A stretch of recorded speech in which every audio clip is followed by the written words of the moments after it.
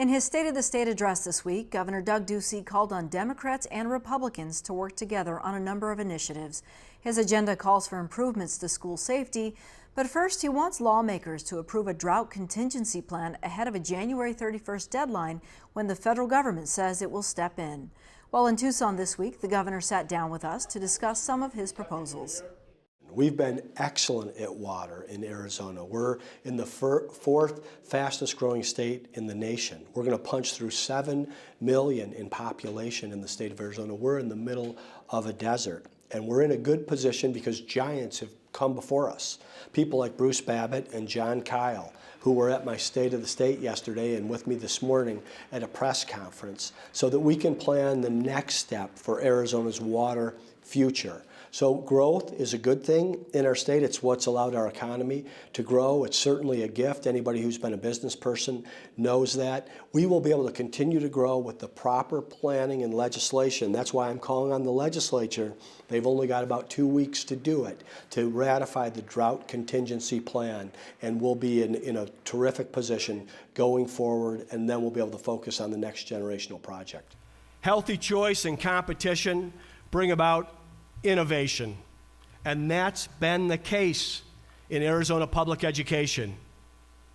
But we also know improvements can be made. The discussion then turned to public education reform. There's a surplus, there's a rainy day fund. Any money in there that would go toward charter school oversight, as you probably know, there was a report that came out that was somewhat unfavorable of charter schools and their deficit. Any plans there? Well, I think we need resources.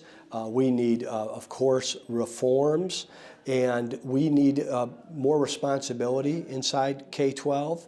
And it's not just on the schools of choice, it's across the board. We have issues around transparency and financial oversight. There were some issues that popped up in this last year, and we're going to put a focus on those. So we think these schools of choice are good for innovation, and that helps public education. But my goal is I want every child in the state of Arizona to have access to an excellent education. And when we see places where we can improve, we're going to act on that. Use your what-if game. Okay. The governor's budget also calls for improved school safety, including $9.3 million in funding for more school resource officers. It's going to be a hard sell for some people. How do you tell them this is the right plan? Well, I think this is a balanced approach. I think the reason it's a hard sell is because it is so reasoned. It does really address both sides. This isn't a partisan issue. You know, something like a police officer on campus is important, and so are mental health counselors. We're going to have dollars for both. But I don't want to make this a partisan issue. I want to be proactive.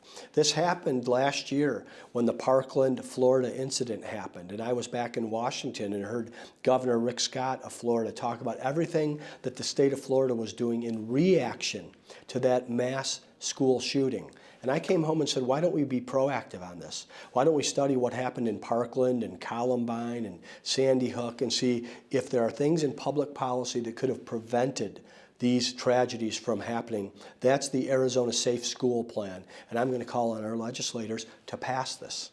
As you know, the officer at Parkland did not react the way that many believe that he should have.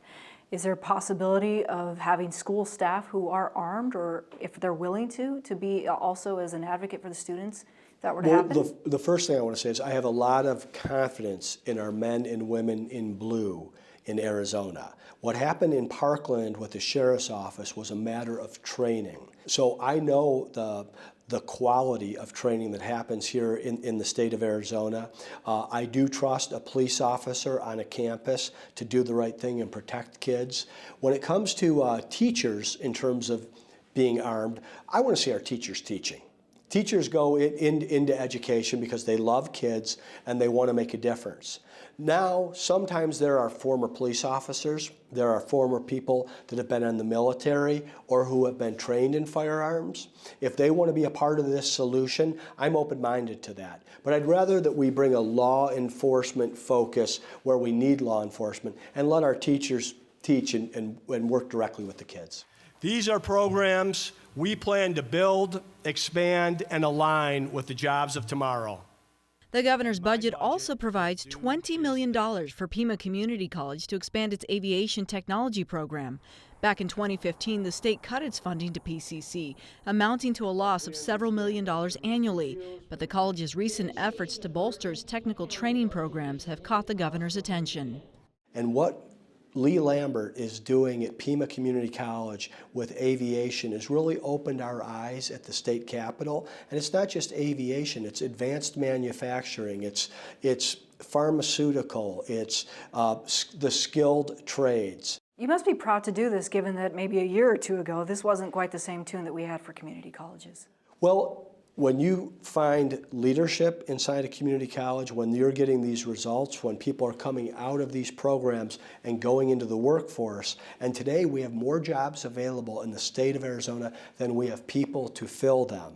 These career and technical education, these are the shop classes of the 21st century. Lee Lambert at Pima Community is doing it as good as anybody in the country, and that's something we want to invest in.